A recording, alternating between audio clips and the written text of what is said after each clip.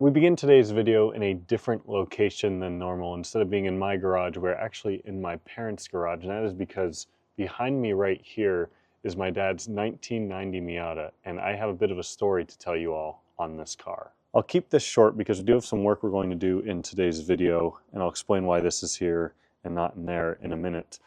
But this car is a 1990 Miata. The first year the Miata was offered, my dad purchased this car new, actually, all the way back in 1990. This is the car that I drove to school for a while. I absolutely loved driving this thing when I was in high school, so much so that when I was in college, I bought a Miata. This car has been fantastic, but unfortunately the last 5 to 7 years it has looked much more like this. It was in a very minor accident, which by Miata standards, minor is, a little bit more significant than it would be on most cars. No structural damage or anything like that, but it does need a little bit of body repair, which is why the fender, bumper, headlight cover, etc. are all removed. That, of course, is what you can see here. However, under the hood, my dad for the longest time has had a very long-term plan for this car of putting a bigger engine in it, turbocharging it, and just making it a whole lot more fun. So these early Miatas from factory, I believe, came with like 115, 120 horsepower.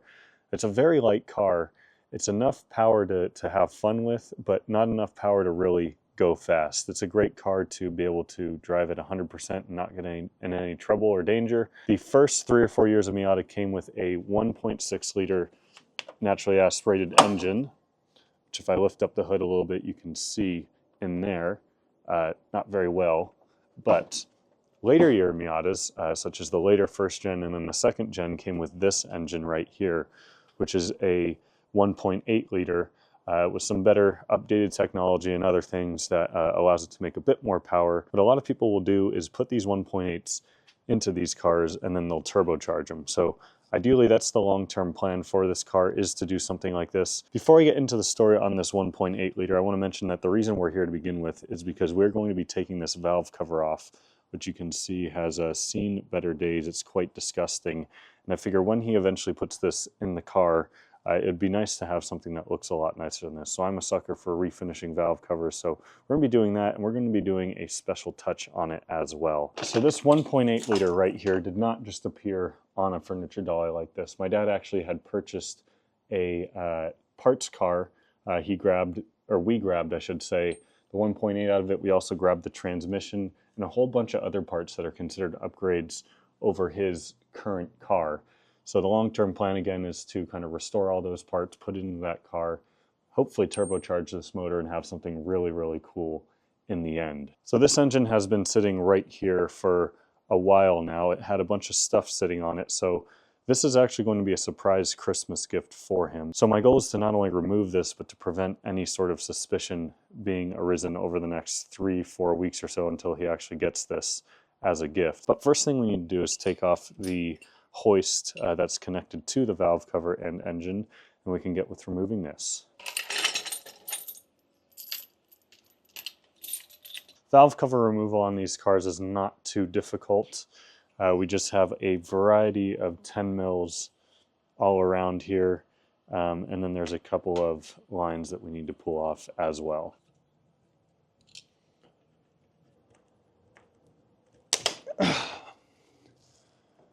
Well, mine was dry rotted anyways, so guess I'm buying them a new one of those. Look at that, just a little more pressure and that just completely snapped. That was not going to be doing its job. I mean, of course you can tell this engine has not been touched yet, so this is something that would be replaced anyways. Let's hope for better luck on this one. Oh, thank you. I knew that one would pop out easier. All right, let's start buzzing off all these 10 mils.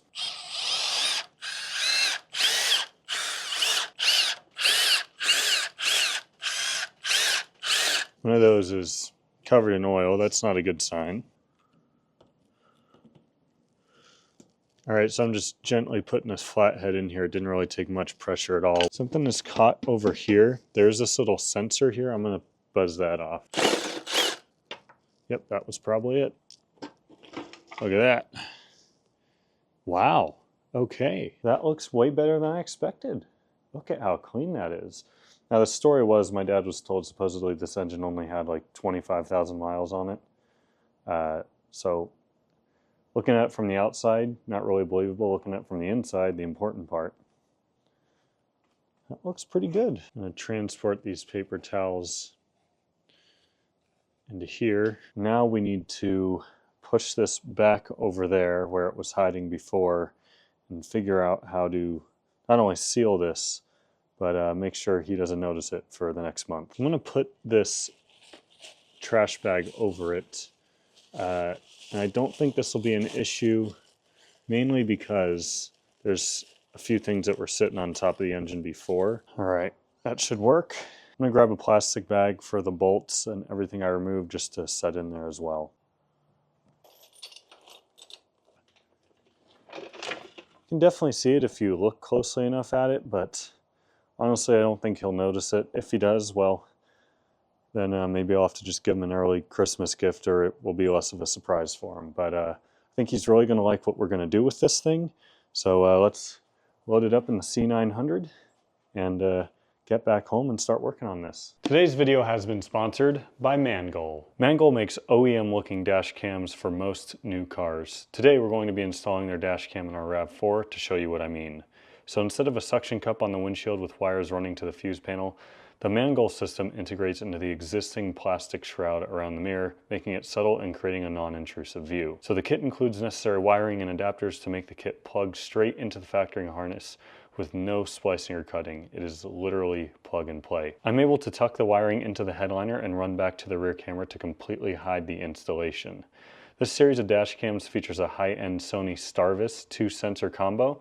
So they have the IMX678 for the front camera, which supports 4K recording, and the IMX675 for the rear camera, which supports 2K recording.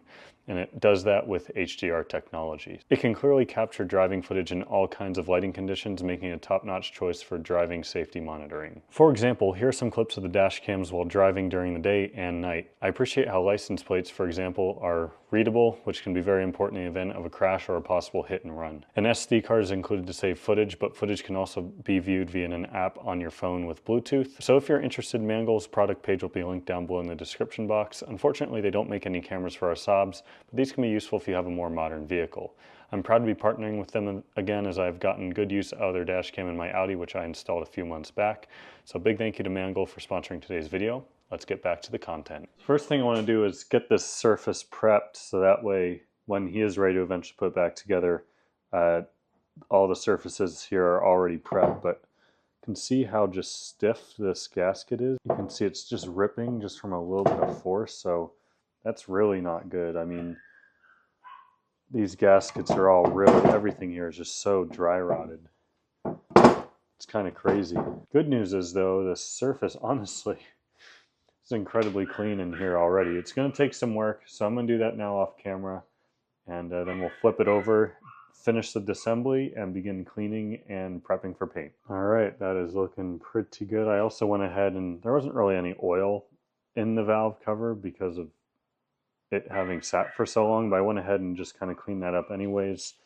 Now, flip it over. We have a little bit more disassembly to do, so there's just a couple of these plastic guides for the coil wires. There's a couple little brackets and miscellaneous bolts. So I'm going to label all these, take these off, and then we can go ahead and start hitting this with some degreaser and just a variety of brushes. Hopefully I won't need to use anything too aggressive, but let's see how this turns out.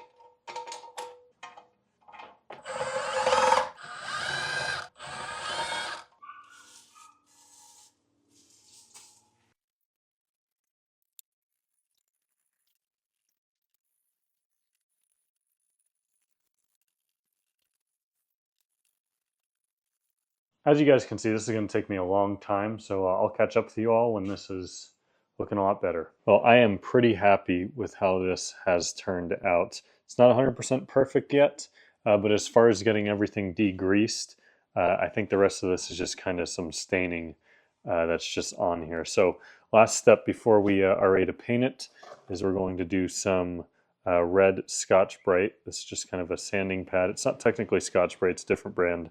But this is about 320 grit. I'll probably lightly go over it with this black pad, which is about 800 grit as well. And then to show you guys what we're going to be doing, I'm a sucker for this wrinkle black. I've done it now on my MG9 III, on the NG900, and I think it would look awesome on this valve cover as well. Over here you might notice a couple of other things though. So once we do the wrinkle black and that cures, I also want to do an accent of red. I used this red on a couple small things on the classic 900, like for the turbo, so it's a brighter red than this cap indicates.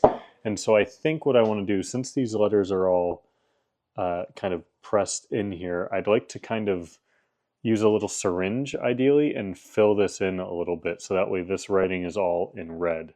Then of course when we're done, I have some clear coat left. As you can see, this is all VHT high temp stuff.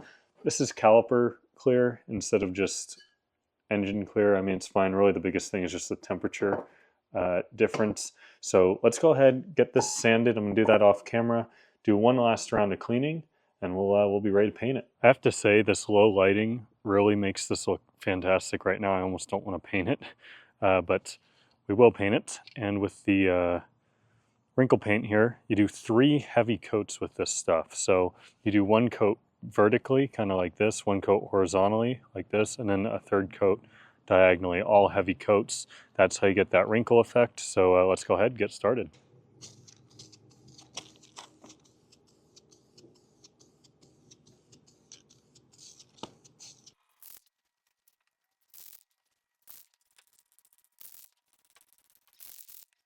I'm going to do 2 more coats off camera, and then we'll let it air dry for a whole day. Paint is dried. I went ahead and actually took 2 days to let this dry.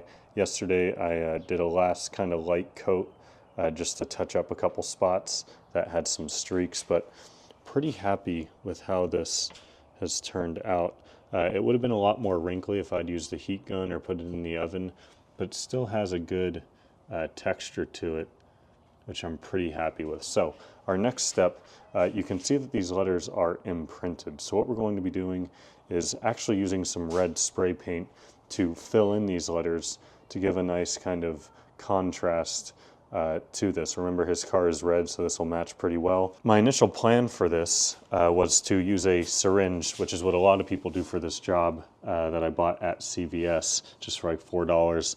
However, when I was testing it out and I sprayed into the syringe, as soon as I sprayed it in, it just started dripping out. So I'm gonna have no way to regulate that. That's not gonna work. So I think what my plan is going to be is to spray some into just like a cap or paper plate or something, and just use a paintbrush to put that all in. All right, let's hope this works. This paint is extremely runny. You can see I'm just kind of dabbing it down and it seems to kind of spread itself. So I think I'm just going to use that strategy. So in a way, I'm still kind of using the syringe method. We just want a nice thick layer of paint. Because I use this wrinkle paint, it is textured as you can see, so it might take a little bit more to get fully red. I've been doing this for 4 minutes already, so this is going to take me a long time. I'll catch up with you all when it's done. Please ignore the whining puppy in the background with his awful separation anxiety. But we have this done, and this took me an hour and a half to do. Now, you can see that that pattern kind of continued for most of it to varying degrees. I have the same amount of paint and everything. You can see it's just a little bit inconsistent. So it really bothers me in particular that that one little part of the Z does not have anything, for example. So I think what I'm going to do is let this dry, see if it looks any different as it sets more and dries. Good bit of time has passed and we have some updates. So I ended up just deciding to add more coats of red to this. You can see it's now 100% red, which is awesome. Downside is we do have a couple spots that need to be kind of touched up with a little bit of black paint, just because I got a little bit of red paint on the black and a couple little spots. From here it's not noticeable at all, but when I really look closely there's a couple spots. So then once we're done with that, we are actually going to be done minus doing the unmasking and reassembly. Reason being, of course I had the clear coat out before, but VHT, I actually called them to confirm. They do not recommend clear coating this, so we're not going to be clear coating this like I initially said. I apologize for the confusion. So I'm going to do this now off camera and we'll catch back up. We'll do the final unmasking, which will be super satisfying, and clean all this stuff up and reinstall it. All right, so the black touch-up coat. around the letters is done, and thankfully because of the wrinkle paint I didn't have to be too careful. I was able to kind of dab it in a couple spots where it needed a little more paint to kind of blend into that wrinkle finish. You can see there's a couple little spots where it's not quite 100% perfect, but I would say overall that looks pretty good. My last step is now going to be to reattach all of this stuff. Well, here we have it, the final assembled product, and yeah, this looks pretty good. So I'm excited for my dad to open this up on Christmas and see his reaction. And I think it'll be a really nice touch in his Miata's engine bay. So if you guys enjoyed this video and you'd like to see some maybe future content on this car as we get it built, no idea when that'll happen, please let me know down below in the comments, because it'd be something a little different for the channel, something kind of cool, I think. And yeah, wrinkle black. Third valve cover I've done in wrinkle black, and can't recommend it enough. I think it's some amazing paint. I mean, just look at that. So beautiful. Check out Mangoal if you're looking for any sort of dash cam. They'll be linked down below in the comments. And happy holidays, happy new year, and I'll see y'all in another video very soon.